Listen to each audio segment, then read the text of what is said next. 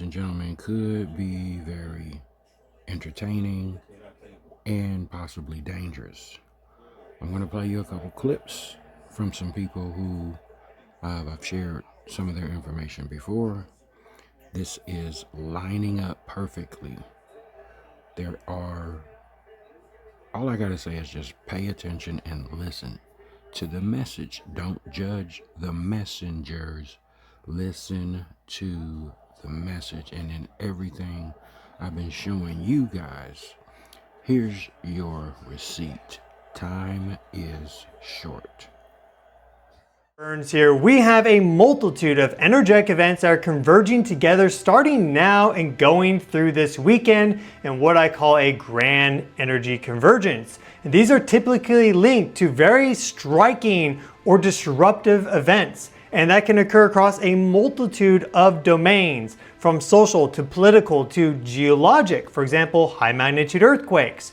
And so the sequence of events is as follows. We have a coronal hole high-speed stream, which is set to impact the Earth, trigger a G1 storm, increase the solar wind velocity, and decrease that solar wind density, which is one of those factors that we look for as it relates to an increased probability of high magnitude earthquakes. And then right after that, early September 6th, we have Uranus stationing retrograde. This is the planet Uranus out at 20 astronomical units. It's going to appear stationary in our night sky before it then starts retrograde motion. And Uranus is the planet that's linked to disruptive Earth changes like earthquakes or volcanic eruptions and more. It's linked to that Promethean archetypal influence of sudden liberation or awakening. And Uranus is closely conjunct Sedna, a small trans-Newtonian dwarf planet that has an about 12,000 year orbit around the sun, and it's very close to its perihelion right now. So it's in the heliosphere interacting with the overall solar system, and Uranus at 20 AU is extending a leash out to it effectively, an energetic connection. And well, I use that conjunction of Uranus and Sedna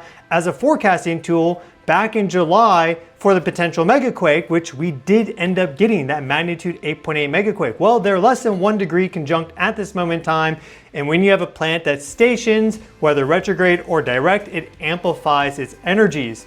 Following up right after that, we then have a solar storm impact from a plasma filament which launched off from the sun, and that is expected to hit us late on September 6th, early on September 7th, and NOAA is estimating that that will raise the geomagnetic conditions from a G1 level to a G2 level. That at least is a possibility. So we're going to be having a geomagnetic storm from both of these solar influences as Uranus is stationing retrograde, which already creates this enhanced Promethean and Uranian energy signature, which is very much connected to earthquakes. And we have a full moon on the 7th. And well, it's not just any full moon, it is a blood moon. So it's a total lunar eclipse. The moon at its fullest position will pass through the ecliptic plane, meaning it'll get blocked by the Earth. So the Earth will cast its shadow on the moon, therefore casting into a blood red hue. And this is a very powerful energy signature. We're in eclipse season. This is the first eclipse that we have this September. We also have a partial solar eclipse that follows next. That'll be the new moon a week after that occurs. So around September 21st or 22nd, right before we have the autumnal equinox. And so we have this sequence going from coronal hole high-speed stream impact, triggering a geomagnetic storm as Uranus stations retrograde. Another solar storm follows up behind, likely increasing the geomagnetic volatility. And then we have the full moon turn blood red with this total lunar eclipse. And already when you have the moon in Earth's magnetotail and in the plazosphere, you have overall more energetic volatility within the magnetic field. And so that's also likely to contribute to slightly greater geomagnetic flux. Then after that, we have some critical planetary geometry as Mercury performs a superior conjunction with the sun, though that is after this week, and that specifically is around September 12th to the 13th. But this grand energy convergence leads into that critical planetary geometry, and there will be an earthquake watch after all this unfolds, and of course during, And while we're seeing some very unusual earthquake activity in Afghanistan, where there was a magnitude 6 earthquake that killed 1,000 plus people, now they've been having aftershocks and they haven't let up. And they are anomalously large for the size of that main shock. So to me, it looks like this is preliminary activity before a higher magnitude earthquake. That's not guaranteed, but it definitely looks like that. And while Afghanistan is right in the center of that total blood moon lunar eclipse, because that is going to be visible from Eurasia. We're not going to see it in North America, but Afghanistan is going to be right there at the apex of that. So very interesting grand energy convergence ahead of us. Hopefully we do okay. I think we'll get through it, but let's dive into exactly what this means. Now, before we get into at earthevolution.com,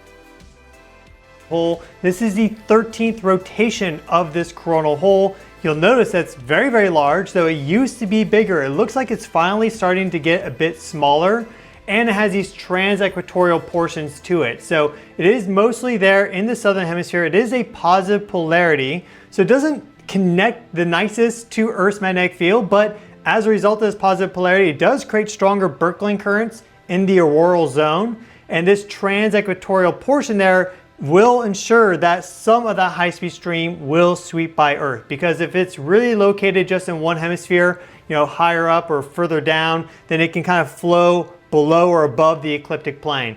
This ensures that it will hit us. You will also notice this plasma filament that launches off there on the 4th. That is responsible for this solar storm that is going to come in. You'll see this pop off pretty quick. Also a lot of solar flaring just above it, but there's that plasma filament, high velocity. We'll look at that next, and that is following up after this coronal hole high-speed stream, which is again a high-speed stream. So there's not going to be much slowdown on that plasma filament as a result. That solar storm coming in isn't going to be encountering any slow solar wind structures. So it should arrive here on Earth sooner. And when you get that solar wind velocity to go up, that just in general increases geomagnetic volatility. And then to get a solar storm on top of that and get the magnetic field to bump up in strength and perhaps connect with a nice southward component, well, this could give us some pretty significant geomagnetic storming. So the official forecast is G1, G2, but with Uranus stationing retrograde and some of these other factors like the full moon and also that being a total lunar eclipse, I would just add like a wild card to everything over this weekend. So a lot could happen as it relates to Earth geologic events. I think the most likely thing would be significant earthquakes, but this could also be significant volcanic activity because we are seeing a lot of volcanic activity in 2025 and it seems to be building up to something. Earthquake activity too has also been notable. It's been the 6th strongest year for earthquake activity since we've had modern seismic measurements because... Good afternoon or good night, everyone. Well, Campi Flegrei, the supervolcano, is the talk of the town again. I mean, the earthquake swarm, the big one, has eased down. We had some earthquakes at Vesuvius. We had another 1.8. But now scientists warn that one of the world's supervolcano is waking up because AI reveals 4 times more earthquakes at Italy's Campi Flegrei than previously thought. They say 50,000 earthquakes in just 3 years. And of course, these are microseismic earthquakes. But the headline is Campi Flegrei waking up. Well, it's been waking up for quite a while, since 2005, actually. And if you watch my channel, you've seen that headline before, but not in relation with Campi Flegrei. Santorini, that had this massive earthquake swarm also in February, same like this catastrophic, not with catastrophic results, but huge earthquake swarm in Campi Flegrei as well. So, of course, hundreds of thousands of people are at risk from this supervolcano that is waking up. We could see something at any time, probably not a supervolcanic eruption, but a phreatic eruption or a bigger earthquake. And of course, in the last few months, a series of powerful earthquakes for a volcano has shaken the region with 2 magnitude 4.6. And you have to put this in perspective. The engineers and the scientists say if we see a magnitude 5, that will end hundreds of thousands of people because of the buildings that will collapse. And we've just seen it in Turkey, in Afghanistan. These unreinforced masonry brick homes, they are the problem. So now the experts are warning that the number of earthquakes in the region is actually 4 times higher than so far announced. What does that mean? They have used AI to detect these microseismic quakes. So is there more power underneath the supervolcano? Is it closer to eruption or phreatic eruption than we're all thinking? Then all these studies tell us, and the studies do tell us that it's getting closer to do something. The Solar Dynamics Observatory. It is 6:33 p.m. This is kind of in the middle of the images. I've got it paused here because we've got a kind of an abnormal flare, and it's coming from this area, and you can see the coronal mass ejection here. I'm going to play it through, but again, this is unusual, and it is directly Earth-facing, and they are tracking a CME, and because these can be very dangerous because they're so long, and we've seen them spiral out, and the timing on them is usually pretty good. And I remember the last one that was this large that we tracked. It came not from this section of the sun, but just up to the left, and it was predicted to, and we looked at the timing and changed it over to from UTC.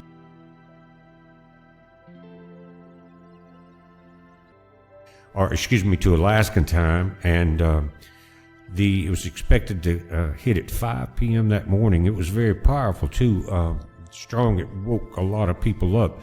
But one of the watchers here, and when it came in the comment, one of the subscribers, I can't remember your name, it's been a few years, but you said, BP, I set my clock at 5 a.m. that morning to wake me up to see if you were correct about this thing hitting the planet and where it would hit, because a lot of times if they leave the northern hemisphere of the sun, they kind of hit the northern hemisphere of the planet.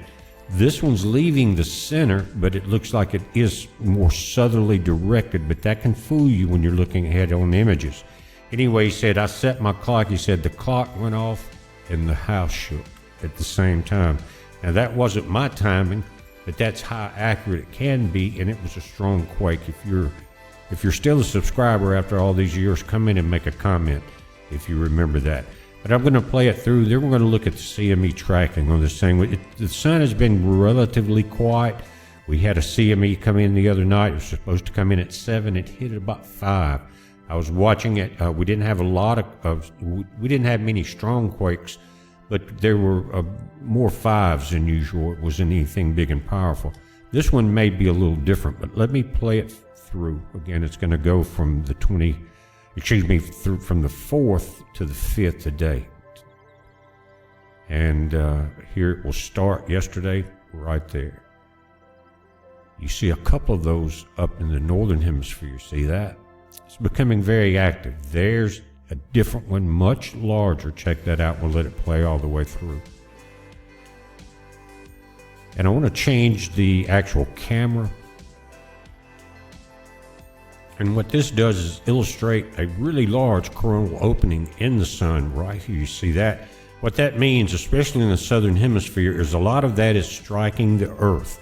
And it increases the solar wind speed. It increases